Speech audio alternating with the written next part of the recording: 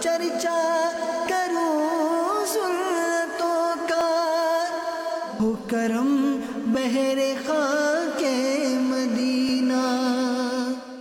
الحمدللہ رب العالمین والصلاة والسلام على خاتم النبیین، اما بعد فاعوذ باللہ من الشیطان الرجیم، بسم اللہ الرحمن الرحیم۔ الصلاة والسلام علیک یا رسول اللہ وعلى آلک واصحابک یا حبیب اللہ، الصلاة والسلام علیک یا نبی اللہ وعلى آلک واصحابک یا نور مصطفیٰ صلی اللہ تعالی علیہ وآلہ وسلم۔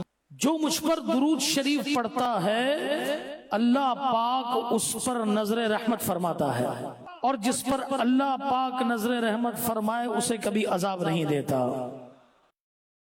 ذات والا پہ بار بار درود، بار بار اور بے شمار درود، روئے انور پہ نور بار سلام، زلف اطہر پہ مشک بار درود، سر سے پا تک کروڑ بار سلام، اور سرا پہ بے شمار درود۔ صلو علی الحبیب صلی اللہ تعالی علی محمد وعلی آلہ وصحبہ وبارک وسلم۔ حدیث پاک میں کہ انما الاعمال بالنیات، اعمال کا دار و مدار نیتوں پر ہے۔ عاشقان رسول اچھی نیتوں سے عمل کا ثواب بڑھ جاتا ہے۔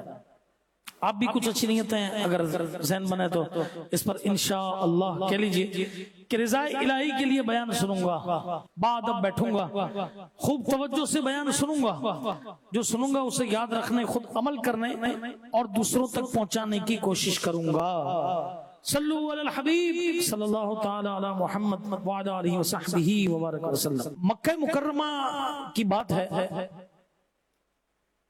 اس وقت ابو سفیان رضی اللہ تعالیٰ بھی ایمان نہیں لائے تھے، چنانچہ ابو سفیان، اخنس بن شریق، ابو جہل اور عمرو بن وہب مکے کے بڑے بڑے کافر تھے۔ بعد میں حضرت ابو سفیان رضی اللہ تعالیٰ نے اسلام قبول کیا اور درجہ صحابیت پر فائز ہوئے۔ ہجرت سے پہلے کا واقعہ ہے، اس وقت انہوں نے ایمان قبول نہیں کیا تھا۔ ایک مرتبہ یوں ہوا کہ رات کا وقت تھا، ابو سفیان اپنے گھر سے نکلے، ارادہ یہ تھا کہ محمد یعنی آخری نبی محمد عربی صلی اللہ تعالی علیہ وآلہ وسلم گھر میں تلاوت کرتے ہوں گے، جا کر میں ان کی تلاوت کو سنتا ہوں۔ ادھر اخنس بن شریق نے بھی یہی ارادہ بنایا، وہاں ابو جہل جیسا کٹر قسم کا کافر، اس نے بھی یہی نیت سے وہ نکلا، اور عمر بن وہب بھی یہ بھی اسی نیت سے نکلا۔ اب یہ چاروں افراد جو اس وقت تک سارے ہی غیر مسلم تھے، ان چاروں کو ایک دوسرے کی خبر بھی نہیں تھی، سب ایک دوسرے سے چھپ رہے تھے۔ چنانچہ پیارے آقا صلی اللہ تعالی علیہ وسلم کے گھر مبارک کے قریب پہنچ کر چاروں ہی الگ الگ جگہ پر چھپ کر بیٹھ گئے۔ پیارے اور آخری نبی رسول ہاشمی صلی اللہ تعالی علیہ وآلہ وسلم بلند آواز سے قرآن مجید فرقان حمید کی تلاوت کر رہے تھے۔ سبحان اللہ، اللہ اللہ، تصور باندھیے کلام خدا کا ہو، زبان پیارے مصطفیٰ صلی اللہ علیہ وسلم کی ہو۔ استاد زمن شہنشاہ سخن مولانا حسن رضا خاصم رحمت اللہ تعالی علیہ فرماتے ہیں نا کہ قل کہہ کے اپنی بات بھی لب سے تیرے سنی، اللہ کو ہے کتنی تیری گفتگو پسند۔ سبحان اللہ، کیسی پرسوز، رقت انگیز اور دل میں اترنے والی تلاوت ہو۔ یہ چاروں غیر مسلم اس تلاوت کو سننے بیٹھے، کلام خدا اور زبان مصطفیٰ صلی اللہ علیہ وآلہ وسلم کی مٹھاس میں ایسے کھوئے کہ آس پاس کی خبر نہ رہی، تلاوت سنتے رہے، رات کب گزر گئی پتہ ہی نہ چلا۔ صبح کو جب رسول اکرم نور مجسم صلی اللہ تعالی علیہ وسلم نے تلاوت موقوف فرمائی، تب ہوش آیا کہ اوہ یہ تو ساری کی ساری رات گزر گئی۔ چاروں اٹھے، اپنے اپنے گھروں کو چل دیے، راستے میں چاروں کی آپس میں ملاقات ہو گئی، سبھی سمجھ گئے کہ یہ پرسوز تلاوت سننے والے میں اکیلا نہیں تھا بلکہ یہ باقی تینوں بھی تھے.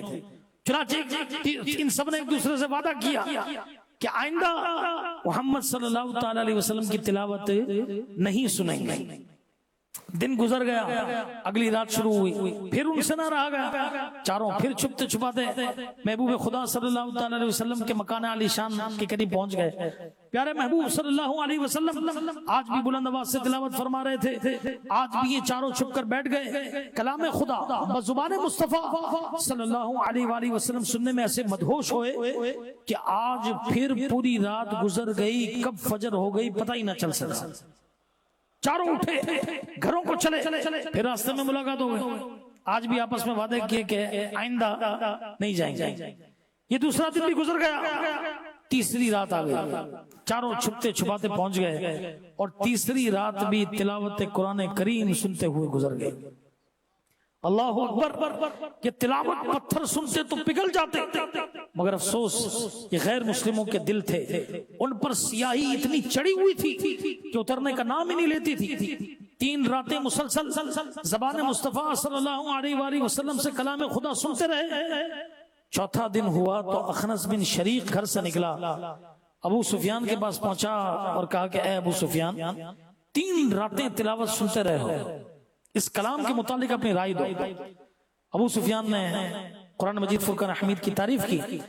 پھر اخنس بن شریق ابو جہل کے پاس پہنچا، کہا ابو جہل بتاؤ جو کلام 3 راتیں مسلسل سنا ہے اس کے متعلق تمہاری کیا رائے ہے. ابو جہل بدبخت تھا، اس کے دل پر پردے ہی پردے پڑے ہوئے تھے. کہنے لگا اس کلام کو چھوڑو، معاملہ یہ ہے کہ محمد صلی اللہ علیہ وسلم یہ قبیلہ عبد مناف سے ہیں، میں ان کا کلمہ نہیں پڑھ سکتا. اس موقع پر یہ آیت کریمہ اتری.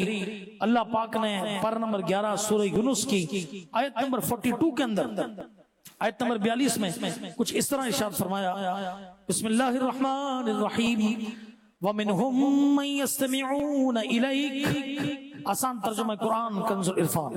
اور ان میں کچھ وہ ہیں جو تمہاری طرف کان لگاتے ہیں. أَفَأَنْتَ تُسْمِعُ الصُّمَّ وَلَوْ كَانُوا لَا يَعْقِلُونَ. تو کیا تم بہروں کو سنا دو گے اگرچہ وہ سمجھتے نہ ہو. یعنی ان مشرکین میں سے بعض ایسے ہیں جو اپنے ظاہری کانوں کے ساتھ سننے کے لیے جھکتے ہیں اور آپ صلی اللہ علیہ وآلہ وسلم سے قرآن کریم سنتے ہیں، لیکن آپ سے شدید بغض اور عداوت کی وجہ سے یہ سننا انہیں کوئی فائدہ نہیں دیتا. پیارے اسلامی بھائیوں اور مدنی چینل کے ناظرین، اس واقعے سے ہمیں سیرت مصطفیٰ صلی اللہ علیہ وآلہ وسلم کے متعلق 2 باتیں سیکھنے کو ملی. پہلی یہ کہ پیارے نبی، آخری نبی رسول ہاشمی صلی اللہ تعالی علیہ وسلم کی سیرت پاک کتنی پاکیزہ، کتنی حسین، کتنی خوبصورت ہے کہ ابو جہل جیسے بدبخت کافر جو اپنی بدبختی، سیاہ دلی اور بغض کی وجہ سے کلمہ اگرچہ نہیں پڑھتے، البتہ آپ صلی اللہ تعالی علیہ وآلہ وسلم کی طرف مائل ہوئے بغیر رہ نہیں پائے. راتوں کو چھپ چھپ کر بھی بزبان مصطفیٰ کلام خدا سنتے جاتے تھے. اللہ اکبر. کیا خوب فرمایا کہ ہر آنکھ دیکھتی ہے تیرے ہی رخ کا جلوہ، ہر کان سن رہا ہے پیارے کلام تیرا. تو نائب خدا ہے، محبوب کبریا ہے ملک میں خدا کے جاری نظام تیرا. یہاں سے معلوم ہوا کہ کفار مکہ جو کلمہ نہیں پڑھتے تھے یہ ان کی اپنی باطنی خباثت کی وجہ سے تھا، ورنہ پیارے محبوب صلی اللہ علیہ وآلہ وسلم کی ذات پاک میں نقص کا کروڑواں حصہ بھی یہ تلاش نہیں کر پائے تھے. اللہ پاک قرآن کریم پارہ نمبر 7 سورہ انعام آیت نمبر 33 میں ارشاد فرماتا ہے، بسم اللہ الرحمن الرحیم لا یکذبونک ولکن الظالمین بآیات اللہ یجحدون. آسان ترجمہ قرآن کنز العرفان. یہ تمہیں نہیں جھٹلاتے بلکہ ظالم اللہ کی آیتوں کا انکار کرتے ہیں. پتہ چلا کہ اللہ پاک نے اپنے محبوب صلی اللہ تعالی علیہ وسلم کو بنایا ہی ایسا باکمال اور بے مثال ہے کہ آج تک کوئی بھی غیر مسلم آپ صلی اللہ تعالی علیہ وآلہ وسلم کی ذات کو جھٹلانے کی ہمت نہیں کر پایا. چاہے وہ اہل کتاب میں ہو یا مکے کے مشرک ہو، سبھی جانتے تھے کہ محمد صلی اللہ علیہ وآلہ وسلم سے بڑھ کر سچا اس دنیا میں اور کوئی نہیں ہے۔ ہاں یہ کلمہ نہیں پڑھتے تھے کیونکہ ان کے دلوں پر مہر لگ چکی تھی۔ اعلیٰ حضرت امام اہل سنت مجدد دین و ملت مولانا شاہ امام احمد رضا خان فاضل بریلوی رحمۃ اللہ تعالی علیہ کیا خوب فرماتے ہیں، آئیے ہم سب بھی مل کر پڑھتے ہیں کہ وہ کمال حسن حضور ہے کہ گمان ناز جہاں نہیں، یہی پھول خار سے دور ہے، یہی شمع ہے کہ دھواں نہیں۔ صلو علی الحبیب صلی اللہ تعالی علی محمد صلی اللہ علیہ وسلم، یعنی پیارے آقا صلی اللہ تعالی علیہ وسلم کے حسن و جمال کا کمال یہ ہے کہ اس میں کسی قسم کی کمی ہونا تو دور کی بات، کسی کمی کا گمان بھی موجود نہیں ہے۔ اور عموماً پھول کے ساتھ کیا ہوتا ہے؟ کھانٹا ہوتا ہے، ٹھیک ہے، شمع کے ساتھ دھواں بھی ہوتا ہے، لیکن آپ صلی اللہ تعالی علیہ وسلم بارگاہ رسالت کے ایسے پھول ہیں، یہی پھول خار سے دور ہے کہ اس کے اندر کوئی کانٹا نہیں ہے، یہی شمع ہے کہ دھواں نہیں، اور آپ ایسی شمع ہیں کہ جس میں کوئی دھواں نہیں ہے۔ پیارے اسلامی بھائیوں، اب اس واقعے پر ایک اور پہلو سے غور فرمائیے۔ پہلے ذرا ماحول پر نظر ڈالیے۔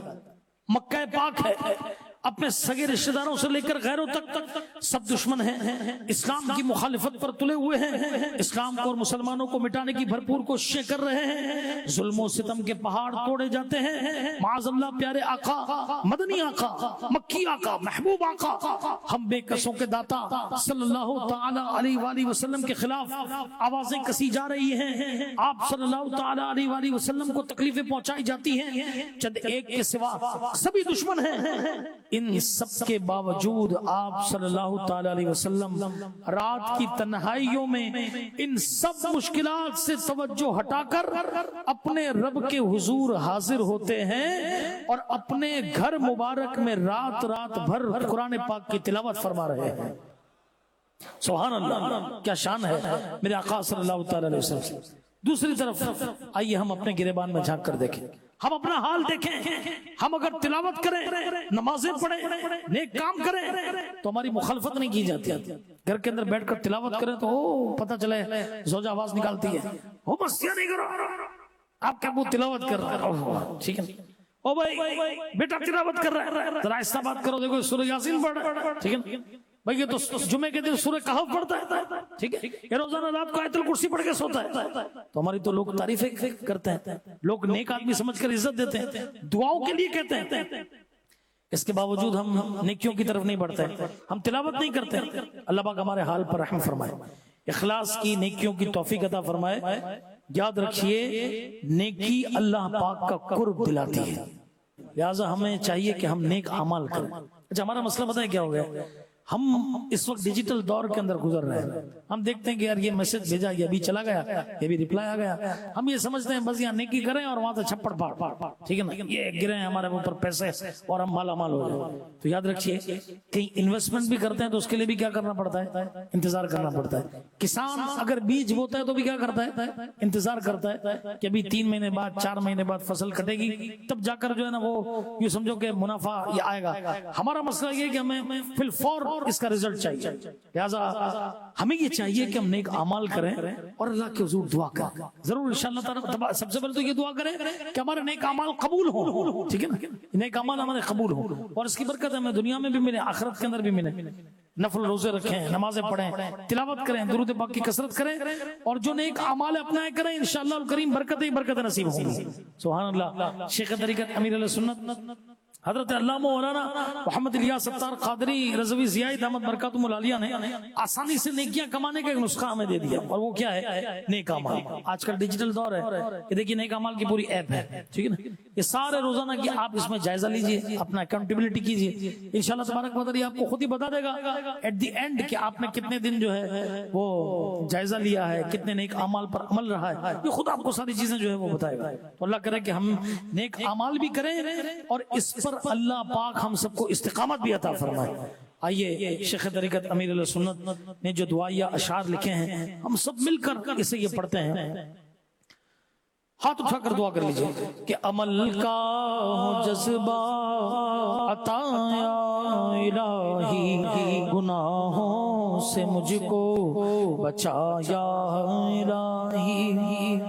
میں پانچوں نمازیں پڑھوں با جماعت، وہ توفیق ایسی عطا یا الہی، وہ توفیق ایسی عطا یا الہی. دے شوق تلاوت، دے ذوق عبادت، رہوں وضو میں صدا یا الہی. ہو اخلاق اچھا، ہو کردار ستھرا، مجھے متقی تو بنایا الہی، مجھے متقی تو بنایا الہی. صلو علی الحبیب صلی اللہ تعالی علی محمد وعلی آلہ وصحبہ وبارک وسلم. پیارے اسلامی بھائیوں، ہمارے آقا و مولا مکی مدنی مصطفیٰ صلی اللہ تعالی علیہ وسلم کا معمول مبارک تھا کہ فرائض، واجبات، نیکی کی دعوت اور دیگر عبادات وغیرہ جو مسجد میں کرتے وہ تو کرتے ہی تھے. اس کے ساتھ ساتھ آپ صلی اللہ تعالی علیہ وسلم گھر میں بھی خوب عبادت کیا کرتے تھے. جی ہاں، آج کا جو ہمارا بیان کا ٹاپک ہے وہ ہے گھریلو زندگی کی سنتیں اور آداب. کیا ہے ٹاپک ہمارا؟ گھریلو زندگی کی سنتیں اور آداب. سنیے، مسلمانوں کی پیاری امی جان حضرت عائشہ صدیقہ طیبہ طاہرہ رضی اللہ تعالیٰ عنہ سے کسی نے پوچھا کہ محبوب ذیشان مکی مدنی سلطان صلی اللہ علیہ وآلہ وسلم کا نوافل سے متعلق کیا معمول تھا؟ فرمایا آپ صلی اللہ تعالی علیہ وسلم ظہر سے پہلے 4 رکعتیں گھر میں ادا فرماتے، پھر مسجد میں تشریف لے جاتے، نماز ظہر باجماعت ادا فرماتے، پھر گھر تشریف لاتے اور 2 رکعتیں ادا فرماتے. یوں ہی مغرب کی نماز باجماعت ادا فرماتے اور پھر گھر تشریف لاتے تو 2 رکعتیں ادا فرماتے. پھر عشاء کی نماز مسجد میں ہوتی، اس کے بعد بھی گھر آ کر 2 رکعتیں ادا فرمایا کرتے تھے.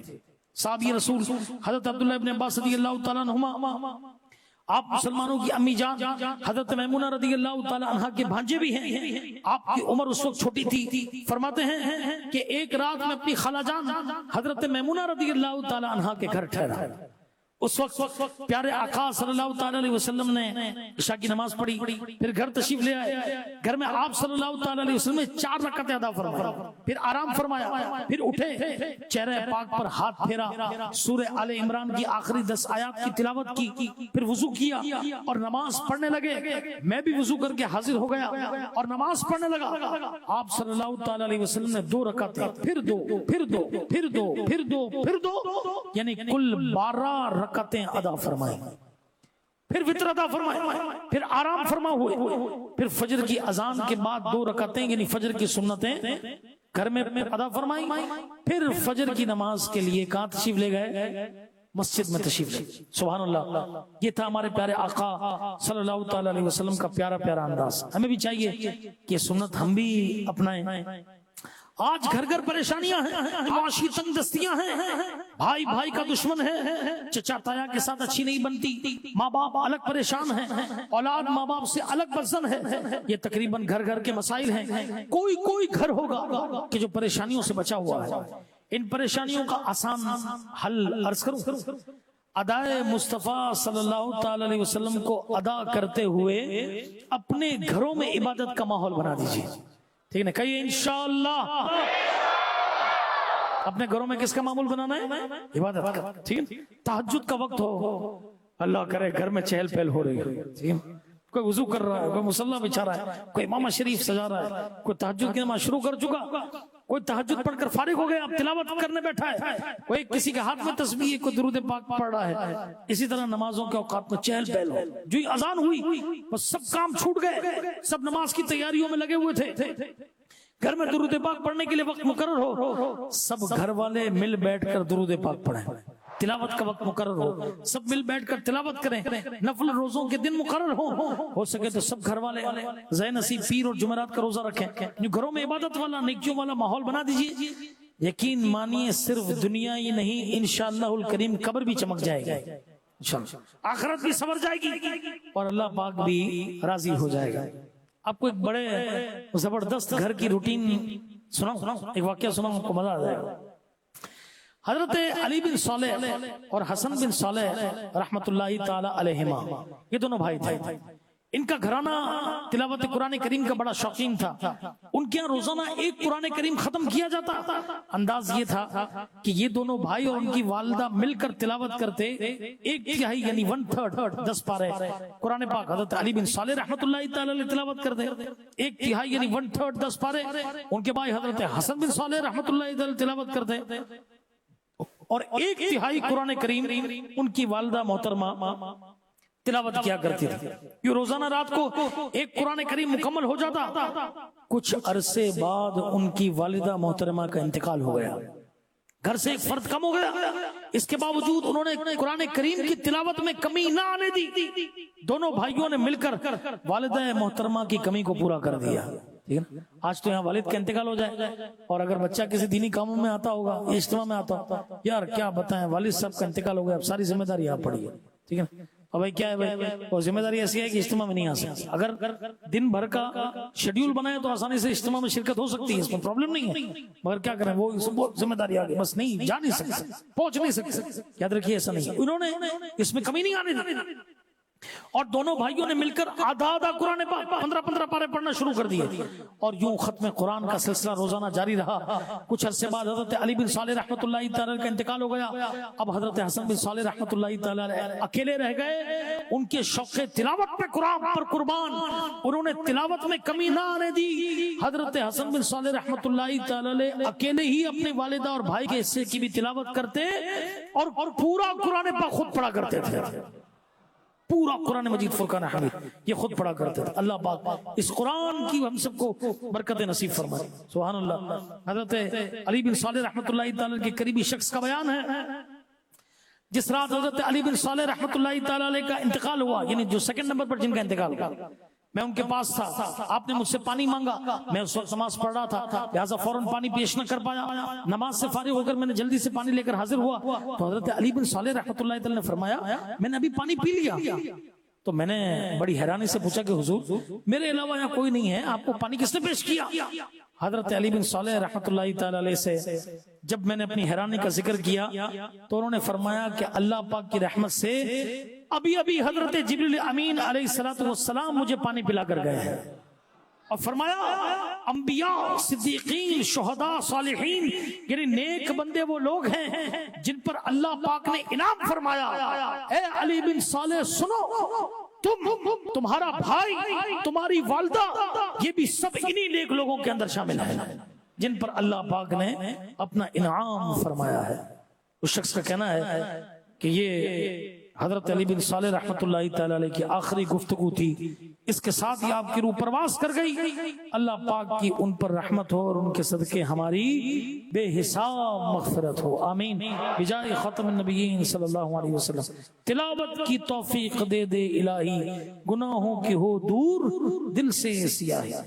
عاشقان رسول, آپ نے سنا کہ حضرت علی بن صالح رحمت اللہ تعالی علیہ آپ کے بھائی اور والدہ یہ قرآن مجید فرقان حمید کے کیسے شوقین تھے. ان کے گھر روزانہ ختم قرآن ہوا کرتا تھا. ان خوشبختوں کو شوق تلاوت کا کیسا پیارا انعام ملا کہ حضرت علی بن صالح رحمت اللہ تعالی علیہ کو وفات سے پہلے ہی دنیا میں فرشتوں کے سردار حضرت سیدنا جبریل امین علیہ السلام کی زیارت بھی نصیب ہوئی.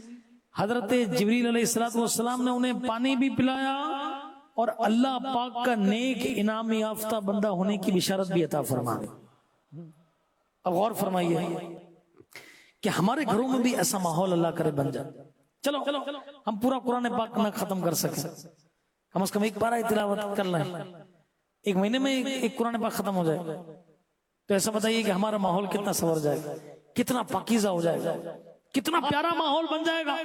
گھر کے اندر روزانہ سورہ ملک کی تلاوت ہو رہی ہو, کبھی کوئی سورہ یاسین پڑھ رہا ہو, گھر کی خیر و برکت کے لیے سورہ واقعہ کی تلاوت چل رہی ہو, شب جمعہ سورہ دخان کی تلاوت کی جائے, سبحان اللہ. کبھی امی, کبھی ابو, کبھی بھائی, کبھی بہن, کبھی بیٹی یہ تلاوت کرے, باقی سب بیٹھ کر سنیں, اپنا اپنا پڑھیں, سبحان اللہ. گھر کے اندر درس کا سلسلہ بھی ہو تو دینی ماحول انشاءاللہ تبارک و تعالی خود بخود بنتا چلا جائے گا. رب تعالی قرآن مجید فرقان حمید میں ارشاد فرماتا ہے, یا ایھا الذین آمنوا, اے ایمان والو, قوا انفسکم واہلیکم نارا, اپنے آپ اور اپنے گھر والوں کو جہنم کی آگ سے بچاؤ, کہ جس کا ایندھن جو ہے وہ آدمی اور پتھر ہوں گے.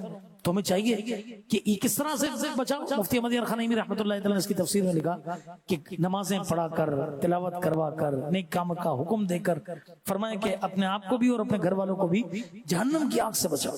تو الحمدللہ میرے پیارے اسلامی بھائیوں, اللہ کا کرم ہے, ہمارا گھر ہے. گھر ہے نا بھائی کہ نہیں ہے؟ کہیے الحمدللہ, کہیے ذرا زور سے, کہیے الحمدللہ. اللہ پاک کا کرم ہے گھر ہونا, یقین مانیے یہ بہت بڑی اللہ کی نعمت ہے. ضرور نہیں وہ کہیں بولے یار تو ٹھیک ہے ہمارا تو چھوٹا 2 کمرے کا گھر ہے, اللہ کا کرم ہے بھائی. جھوپڑی میں تو نہیں رہتے. اچھا کوئی بولے کہ یار میں تو یار جھوپڑی میں رہ رہا ہوں, تو اللہ کا شکر ہے کہ سایہ تو ہے. کچھ لوگ تو بغیر سایہ کے, ان کے پاس تو یہ بھی نہیں. گھر اللہ پاک کی نعمت ہے.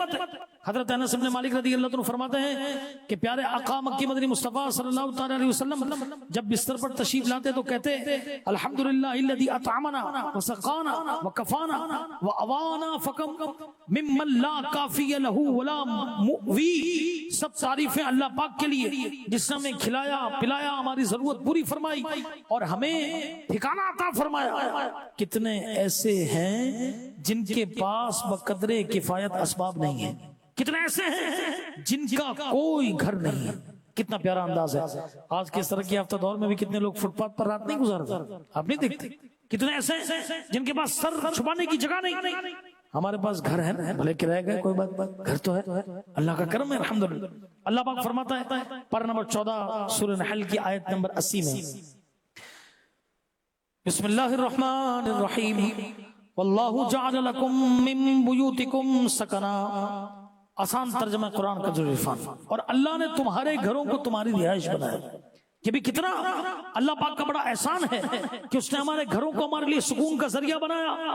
صرف چند سیکنڈ کا زلزلہ آ جائے تو دل کانپ جاتا ہے, ہوش اڑ جاتے ہیں. چاہے انسان کتنی خوشیوں میں ہو, سب خوشیاں ختم ہو جاتی ہیں. یہ زمین کانپ نہیں رہی, ہمارے گھر جہاں تھے وہیں پر صحیح سلامت موجود ہیں. یہ سکون کا کتنا بڑا ذریعہ ہے. یہ تصور کیجئے کوئی ایک جنگلی جانور مثلا شیر یا چیتا محلے کے اندر آ جائے تو مجھے بتائیے محلے کے اندر کیا قیامت ٹوٹ پڑے. ہر طرف لوگ بھاگ پڑے, باہر نکلنا مشکل ہو جائے, زندگی کے کتنے معاملہ ڈسٹرب ہو جائے. غور فرمائیے کہ ان جنگلی جانوروں کو جنگل میں کس نے روکا ہوا ہے. ہزاروں قسم کے جانور, کیڑے مکوڑے, سانپ بچھو, نہ جانے کیسے کیسے زہریلے جانور دنیا میں موجود ہیں. ان سب کا رخ اگر ہماری رہائشی علاقوں کی طرف ہو جائے تو سوچیے کہ زندگی گزارنا کتنا مشکل ہو جائے. اللہ پاک نے ان سب کو ہمارے گھروں سے دور رکھا ہے. یہ کتنا بڑا احسان ہے, کیسے عظیم نعمت ہے. اس گھر کا تو ہمیں شکر ادا کرنا چاہیے. اور وہ کیسے ادا کریں گے؟ گھر میں نیکیوں والا ماحول بنا کر. حضرت عبداللہ ابن عمر رضی اللہ تعالیٰ عنہ سے روایت ہے کہ اللہ کے آخری نبی صلی اللہ تعالیٰ علیہ وسلم نے ارشاد فرمایا, بڑی توجہ سے اور کان کھول کر یہ روایت سنیے کہ اجعلوا فی بیوتکم من صلاتکم, یعنی کچھ نماز گھر میں بھی پڑھا کرو. ولا تتخذوها قبورا, گھروں کو قبرستان نہ بنا دو. پتہ چلا کہ گھر چاہے دنیا کی خوشیوں سے بھرا ہوا ہو, مال و دولت کی کوئی کمی نہ ہو, روشنیوں سے جگمگا رہا ہو, بہت عالی شان ہو, اگر وہاں نماز نہیں پڑھی جاتی تو وہ قبرستان ہے, بلکہ اس سے بھی زیادہ سنسان اور ویران ہے. اس لیے گھروں میں نماز کا ماحول بنا. اچھا اب گھر میں نماز کا ماحول مطلب کیا؟ نہیں فرض نماز نہیں. حضور علیہ السلام کیا کرتے تھے؟ سنتیں گھر میں پڑھ رہے, نوافل گھر میں پڑھ رہے, دیگر نوافل گھر کے اندر پڑھ رہے, ٹھیک ہے نا. اسی طریقے سے گھر کی خواتین کو نرمی سے پیار کے ساتھ ترغیب دلائیں, انہیں نمازی بنائیں, خود بھی گھر میں نوافل کا سلسلہ کریں. انشاءاللہ الکریم گھر میں نمازوں کا ماحول اگر بن گیا تو سمجھیے کہ دین کا ستون گھر میں لگ گیا, ٹھیک ہے نا, پھر لگ گیا آپ کا گھر. فرمایا نا حدیث پاک میں کہ الصلاۃ عماد الدین، نماز دین کا ستون ہے۔ انشاءاللہ الکریم جب تک گھروں میں نمازوں کا ماحول رہے گا اس گھر میں انشاءاللہ دین قائم رہے گا انشاءاللہ۔ پیارے آقا صلی اللہ تعالی علیہ وسلم نے ارشاد فرمایا، آج ہمیں اللہ نے گھر دیے نا، گھروں کی عزت کرنے کا حکم دیا ہے۔ اب کس طرح عزت کرنی ہے سنیے، فرمایا اکریموا بیوتکم، اپنے گھروں کی عزت کرو۔ کس طرح؟ ببعد صلاتکم، کچھ نمازیں ادا کر کے، کچھ نمازوں کے ذریعے۔ پتہ چلا کہ ہم گھر میں نمازوں کا ماحول بنائیں گے تو اس سے گھر کی عزت میں اضافہ ہوگا، لوگ اس گھر کو عزت کی نگاہ سے دیکھیں گے۔ واقعی ایسا ہے، اگر آپ کو تجربہ کرنا ہے تو کسی محلے کے امام صاحب کے گھر کو دیکھ لیجئے، اس گھر کی اتنی عزت کیوں ہے، اس پر غور کر لیجئے۔ عموماً لوگ امام صاحب کے گھر کو عزت کی نگاہ سے دیکھتے ہیں، لوگوں کا ذہن بنا ہوا ہوتا ہے اس گھر میں نیکیاں ہوتی ہیں، بچہ بیمار ہو جائے تو دم کروانے کے لیے امام صاحب کے پاس لاتے ہیں، گھر میں پریشانی ہوتی ہے امام صاحب کا رخ کرتے ہیں۔ اس کے پیچھے کیا راز ہے؟ امام صاحب کے گھر میں نمازوں کا ماحول بنا ہوا ہے اور معاشرے کے اندر اس گھر کی عزت بنی ہوئی ہے۔ بخاری شریف کی حدیث پاک ہے۔ اب کوشچن یہ کہ گھر میں کون سی نمازیں پڑھیں؟ فرمایا فإن خیر صلاة المرء فی بیتہ الا الصلاة المکتوبہ، بے شک آدمی کی بہترین نماز وہ ہے جو گھر میں پڑھی جائے الا الصلاة المکتوبہ، مگر فرض نماز۔ فرض نماز کہاں پڑھنی ہے؟ ذرا بابا سے بلند مسجد میں پڑھنا، ٹھیک ہے نا؟ پتہ چلا فرض نماز جو ہے کہ یہ تو ہم مردوں نے مسجد میں ہی باجماعت ادا کرنی ہے، یہ واجب ہے۔ اسی طرح معتاد طریقہ یہ کہ سنت رکعتیں بھی مسجد ہی میں ادا کی جائیں۔ اللہ نصیب کرے تو تہجد پڑھیے، ٹھیک ہے، اللہ کرے، اوابین پڑھیے، رات کے نوافل پڑھیے، اشراق اور چاشت کی نماز پڑھیے انشاءاللہ۔ ابو داؤد شریف کی روایت ہے کہ ایک مرتبہ پیارے آقا صلی اللہ تعالی علیہ وسلم قبیلہ بنو اشہل میں تشریف لے گئے، وہاں نماز مغرب با جماعت مسجد میں ادا کی، نماز کے بعد لوگ وہیں بیٹھ کر تسبیح کرنے لگے۔ آپ صلی اللہ تعالی علیہ وسلم نے ارشاد فرمایا ہذہ صلاۃ البیوت، یہ تسبیح گھر کی نماز ہے۔ کیا فرمایا؟ یہ تسبیح گھر کی نماز ہے کہ یہ تسبیح آدمی کہاں کرے؟ گھر کے اندر جا کر بھی کرے، یعنی چاہیے کہ تسبیح وغیرہ گھر میں جا کر پڑھے۔ پتہ چلا کہ گھر میں ذکر اذکار کا ماحول بنانا چاہیے، اور یہ ابھی آج کل کے دور کے لیے تو بہت زیادہ ضروری ہے۔ ایک حدیث پاک میں ہے مثل البیت الذی یذکر اللہ فیہ والبیت الذی لا یذکر اللہ فیہ، وہ گھر جس میں اللہ پاک کا ذکر ہوتا ہے اور وہ گھر جس میں اللہ پاک کا ذکر نہیں ہوتا۔ مثل الحی والمیت، ان کی مثال زندہ اور مردہ جیسی ہے۔ اللہ اکبر، یعنی جہاں ذکر ہوتا ہے، اللہ کا ذکر جس گھر میں ہوتا ہے وہ گھر زندہ ہے، جہاں ذکر نہیں ہوتا وہ گھر مردہ ہے۔ لہٰذا گھر میں ذکر اللہ کا ماحول بنانا چاہیے، جیسے بھی آسان گھر میں کچھ نہ کچھ ذکر کی عادت بنائی جائے۔ اچھا، ایک صورت یہ بھی ہو سکتی ہے کہ ہفتے میں ایک دن مقرر کر لیا جائے۔ کئی جگہوں پر جمعے کے دن، گاؤں گوٹھوں میں اب بھی وہ جمعے کے دن کام کاج نہیں کرتے، چھٹی کا سلسلہ ہوتا، تو یہ صورت کر لیں کہ بھائی جمعے کی نماز پڑھیں گے اور سب جو ہے نا ملیں گے انشاءاللہ تعالی، گھر والے دعا بھی کریں گے، کچھ تلاوت بھی کریں گے، ذکر بھی کریں گے، ٹھیک ہے نا؟ اچھا چلو بھائی نہیں ہو پاتی تو چلو بھائی ٹھیک ہے، چھٹی والے دن کر لیں۔ ایک آپ کو بہت پیارا ٹائم بتاؤں، اتوار کے دن عشاء کے بعد اسلامی حساب سے کون سی رات لگ گئی؟ کون سی رات لگ گئی؟ پیر کی رات لگ گئی۔ کون سی رات لگ گئی؟ پیر کی رات لگ گئی، اور پیر کی رات شب ولادت مصطفیٰ کی رات ہے۔ تو اتوار کے دن عشاء کے بعد ویسے چھٹی کی رات ہے، چلو بھائی گھوم پھر کے آنا تو گھر پہ ہی ہے، ٹھیک ہے نا؟ آج کل یہ بھی بڑا مسئلہ ہے، لوگ نکلتے ہیں چلو آنا تو گھر پہ ہی، گھر پہ آ کے بیٹھ کے ایک چادر بچھی ہوئی ہو اور اس پہ 313 دانے ہوں، سبحان اللہ، درود پاک بھی پڑھ لیں، کوئی جو ہے نا وہ سورہ ملک کی تلاوت کر دے، چلو سب مل کے اللہ کا ذکر گھر کے اندر ذکر ہو رہا ہے، سبحان اللہ۔ یہ بھی ہو سکتا ہے، اللہ نے چاہا تو اس کی برکت انشاءاللہ تعالی ملیں گی، سبحان اللہ۔ گھر میں 11ویں شریف کا اہتمام کیجیے، محفل کیجیے۔ ہم یہ سمجھتے ہیں بھائی محفل میں فلاں نعت خواں نہیں آیا تو اپنی محفل بکائے گی نہیں، ایسا نہیں ہے۔ آپ خود گھر میں نعت پڑھ لیں تو بھی ہو جائے گا، یہ بھی محفل ہے، ٹھیک ہے۔ آپ کے کسی بچے نے فاتحہ شریف پڑھ دی، آپ نے دعا کر دی، آپ کے گھر کی خاتون اسلامی بہن ہے انہوں نے دعا کروا دی، محفل ہو گئی آپ کی، ٹھیک ہے۔ اب جو بھی نظر و نیاز حاضر رکھ لیجیے اور انشاءاللہ اس کی برکتیں پائیے انشاءاللہ۔ تو میرے پیارے اسلامی بھائیوں، جب ہمارے گھروں کا ماحول درست ہو جائے گا نا تو گھر امن کا گہوارہ ہو جائے گا۔ اس کے لیے سب سے پہلے کیا کرنا ہے؟ گھر میں معاملہ کیا آتا ہے؟ کس کا معاملہ آتا ہے؟ داخل ہونے کا، انٹری، انٹری کیسے دیں گے؟ تو فرمایا حدیث پاک میں جب تم گھروں میں آؤ تو گھر والوں کو سلام کرو اور جاؤ تو سلام کر کے جاؤ، ٹھیک ہے نا؟ اب سیکھنے کی بات یہ ہے کہ ہمارے یہاں پہ جو مذہبی ذہن رکھنے والے لوگ ہیں وہ تو سلام کرتے ہیں. اچھا بعض دنیا کو دو ہاتھ سینے ٹھوک ٹھوک کے سلام کریں گے, گھر والوں کو سلام نہیں کریں گے. ٹھیک ہے, اور بھائی ان کو سلامتی کی ضرورت نہیں ہے کہ ان کو سلام نہیں کرنا چاہیے. ٹھیک ہے نا, تو گھر میں جب بھی آئے بچے کی عادت بنائیں کہ سب باواز بلند کریں السلام علیکم و رحمت اللہ وبرکاتہ. ٹھیک ہے نا. اچھا جب بچے سلام کریں تو ہمیں چاہیے کہ ہم جواب بھی دیں. بعض اوقات وہ نہیں, وہ ایک جگہ پر بیٹھے ہوئے تھے, بچے نے سلام کیا تو اب کسی نے پتہ نہیں کوئی کہیں ہوگا تو اس نے بولا بھائی, بچے نے بول دیا بھائی گھر میں سلام کا بولتے ہو مگر سلام کا جواب تو کوئی دیتا نہیں ہے. ٹھیک ہے, تو سلام کا جواب بھی دیا جائے, اس سے ان کی انشاءاللہ تعالی یہ حوصلہ افزائی ہوگی. سبحان اللہ. مشہور صحابی رسول حضرت ابو ہریرہ رضی اللہ تعالیٰ عنہ, آپ کا معمول مبارک تھا کہ جب گھر میں داخل ہوتے جب گھر سے باہر نکلنے لگتے تو دروازے کے پاس کھڑے ہو جاتے. سنیے گا بات, کہتے ہیں امی جان السلام علیکی ورحمت اللہ وبرکاتہ, یعنی امی جان آپ پر سلام و رحمت و برکت ہو. آپ کی امی جان کہتی ہیں وعلیکا ورحمت اللہ وبرکاتہ, بیٹے آپ پر بھی سلام و رحمت و برکت ہو.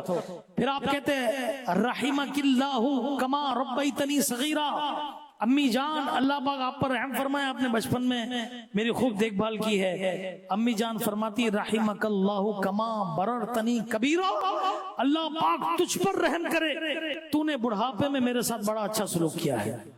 کیسا پیارا انداز ہے. ٹھیک ہے, اللہ اکبر. نگران شروع کا کلپ چل رہا تھا کہ 3 افراد اللہ کی ضمانت میں ہیں. اس میں فرمایا کہ وہ آدمی, ہم کہتے ہیں نا بڑے آدمی نے ضمانت لے لی, اللہ جو اللہ کی ضمانت میں آ گیا سبحان اللہ, اس کو کیسی برکتیں ملیں گی. اس میں ایک شخص وہ ہے کہ جب وہ گھر کے اندر داخل ہو تو کیا کرے, گھر والوں کو سلام کرے. اچھا حدیث شریف میں کہ جب آدمی گھر میں داخل ہوتے وقت اور کھانا کھاتے وقت اللہ پاک کا ذکر کرتا ہے تو شیطان کہتا ہے آج یہاں نہ تمہاری رات گزر سکتی ہے نہ تمہیں کھانا مل سکتا ہے. جب انسان گھر میں اللہ پاک کا نام لیے بغیر داخل ہوتا ہے تو شیطان کہتا ہے کہ آج کی رات تمہیں گزرے گی. تو جب کھانے کا وقت آتا ہے اللہ پاک کا نام نہیں لیتا تو کہتا ہے کہ تمہیں ٹھکانہ بھی مل گیا اور کھانا بھی مل گیا. اب کیا ہوتا ہے, وہ ٹھکانہ بھی مل جاتا ہے, کھانا بھی وہ شریک ہو جاتا ہے ہمارے ساتھ کھانے میں. اس کے بعد اس کا کام کیا ہے, گھر میں پھوٹ ڈلوانا, لڑائیاں کروانا. یہ بھائی بہن بیٹھے ہیں چھوٹی سی بات پر جھگڑا ہو گیا, یہ بھائی بہن بیٹھے ہیں چھوٹی سی بات پہ جھگڑا ہو گیا, یہ میاں بیوی بیٹھے ہیں چھوٹی سی بات پہ جھگڑا ہو گیا. یہ کون کرواتا ہے, شیطان کرواتا ہے. پتہ چلا کہ گھر میں داخل ہوتے وقت اللہ پاک کا نام لینا چاہیے. کیا پڑھنا چاہیے, بسم اللہ الرحمن الرحیم. ٹھیک ہے, انشاءاللہ الکریم شیطان سے حفاظت رہے گی. دوسری بات یہ کہ مسلمانوں کی پیاری امی جان حضرت عائشہ صدیقہ رضی اللہ تعالیٰ عنہ فرماتی ہیں کہ نبی کریم صلی اللہ علیہ وسلم جب گھر میں تشریف لاتے تو پہلا کام کیا کرتے تھے, فرمایا کان اذا دخل بیتہ بدأ بالسواک. آپ صلی اللہ علیہ وسلم گھریلو معاملات کی ابتدا مسواک شریف سے کیا کرتے تھے. سبحان اللہ. یہ مسواک ہے, آپ کو باہر سے مل جائے گی, لے جائیے, داخل ہوئیے گھر میں, ہر وقت اعلیٰ ادائے سنت کو ساتھ رکھیے, مسواک کیجیے, دیکھیے انشاءاللہ تعالیٰ کیسی برکتیں انشاءاللہ تبارک و تعالیٰ ملیں گی. اس طریقے سے شیخ طریقت امیر السنت نے بڑے پیارے پیارے آداب یہ دیے ہیں گھر کے اندر. اگر اس طرح کریں گے تو سبحان اللہ. پہلا فرمایا کہ والدہ یا والد صاحب کو آتے دیکھ کر تعظیماً کھڑا ہو جائے, بھلے 100 مرتبہ کرنا پڑے. ارے بھائی ہر مرتبہ پیار سے دیکھنے پر مقبول حج کا ثواب بھی تو دیا گیا ہے. ٹھیک ہے نا, تو بڑے تھوڑا سا موبائل چھوڑ کے ذرا کھڑا ہو جانا پڑے تو اس میں کیا ہے, سیٹ آتا ہے تو جو نا وہ کھڑے سیٹ لیکچر دے رہا ہے, یہ کھڑے میں ہاتھ باندھ کے پیچھے آدھا گھنٹہ سن رہے ہیں, اس کے بعد اور بھائی نہیں سن رہے تو ماں باپ کے لیے نہیں سن رہے, ماں باپ کے لیے کھڑے نہیں ہو رہے تو آتے جاتے ماں باپ کو دیکھ کر کھڑے ہو جائے. ٹھیک ہے, دن میں کم از کم ایک بار والد صاحب کے ہاتھ اور والدہ کے پاؤں چھوئیں, والدین کے سامنے دھیمی آواز رکھیے, ان سے آنکھ نہ ملائیے, نیچی نگاہ رکھ کر بات کیجیے. دیکھیے گھر ہے, معاملات 100 قسم کے ہو جاتے ہیں. ٹھیک ہے نا, 2 چیزیں, کوئی معاملہ ایسا ہوا وہ بولے یار امی یہ کر دیجیے, آپ یقین مانے ماں کر دے, والد کا ہاتھ چوم کر کہتے ہیں کہ یہ ریکویسٹ ہے یہ ہو جائے, آپ یقین مانے کام ہو جائے گا, کام ہو جاتا ہے. خالی کہہ کے تو دیکھیے, ان کا ہر سونپا ہوا کام جو خلاف شرع نہ ہو فوراً کر ڈالے. اچھا بعض لوگ ہوتا ہے یار ہماری گھر میں رسپیکٹ نہیں ہے, آپ کو کہتے ہیں دودھ نہیں لا دو تو کتنی دیر بعد آتی ہے, آپ کو کہتے ہیں بھائی یہ کام کر دو تو کتنی دیر بعد ہوتا ہے. اگر آپ فوراً کام کرنے کے والے بنیں گے تو پھر بس دیکھیے پھر گھر میں آپ کا ہی بول والا ہے تو کیجیے کام.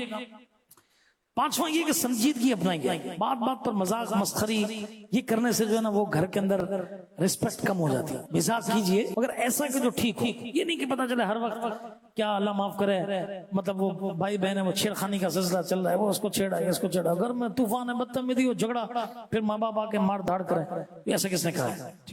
چھٹا یہ کہ سنجیدہ رہیں گھر کے اندر، ٹھیک ہے، انشاءاللہ اس کی برکت ظاہر ہو۔ ساتواں یہ کہ ماں بلکہ بچوں کی امی کو بھی ایک دن کے بچے کو بھی آپ کہہ کر پکاریں۔ آپ یقین مانیے انشاءاللہ تعالیٰ فائدہ ہوگا۔ کئی لوگ یہاں پر ہوں گے بزرگ سنیں گے کہ یہ آج تو بھائی کیا ہو گیا، گھر والی کو میں آپ کہہ کے بلاؤں گا، تو یہ تو میرے بچے ہیں، مجھے بولیں گے کہ بھائی خیریت تو ہے، طبیعت وغیرہ تو ٹھیک نہیں۔ آپ دیکھیے محبت کے ساتھ ان کو آپ کہہ کر بلائیے، انشاءاللہ تعالیٰ دیکھیں کہ گھر کے اندر اللہ نے چاہا کیسا اچھا ماحول بنتا ہے۔ اپنے محلے کی مسجد میں عشاء کی جماعت کے وقت سے لے کر 2 گھنٹے کے اندر اندر سو جائیے۔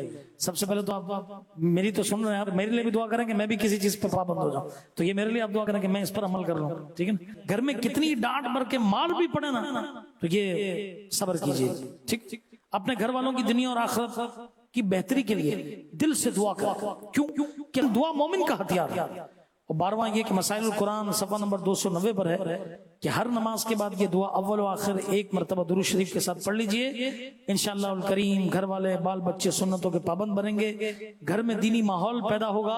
اور دعا کیا ہے؟ اللہم ربنا حب لنا من ازواجنا و ذریاتنا قرۃ اعین واجعلنا للمتقین اماما۔